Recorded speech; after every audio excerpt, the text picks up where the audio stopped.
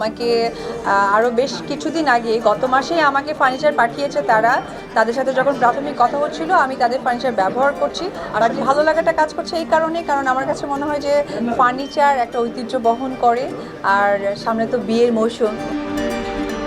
নতুন শ্বশুরবাড়ি থেকে ট্রাক ভর্তি করে অপু বিশ্বাসের জন্য ফার্নিচার পাঠানো হয়েছে।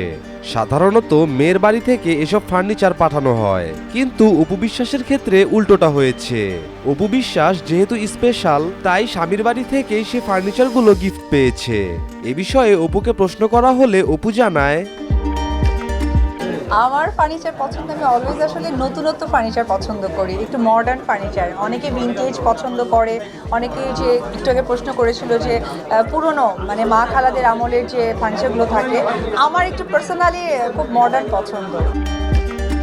তারপর অপুকে জিজ্ঞেস করা হয়, এই যে আপনি দ্বিতীয় বিয়ে করেছেন, আপনার অনুভূতি কি?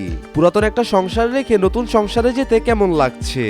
আর এই দ্বিতীয় বিয়ের আমেজটাকে কিভাবে উপভোগ করছেন?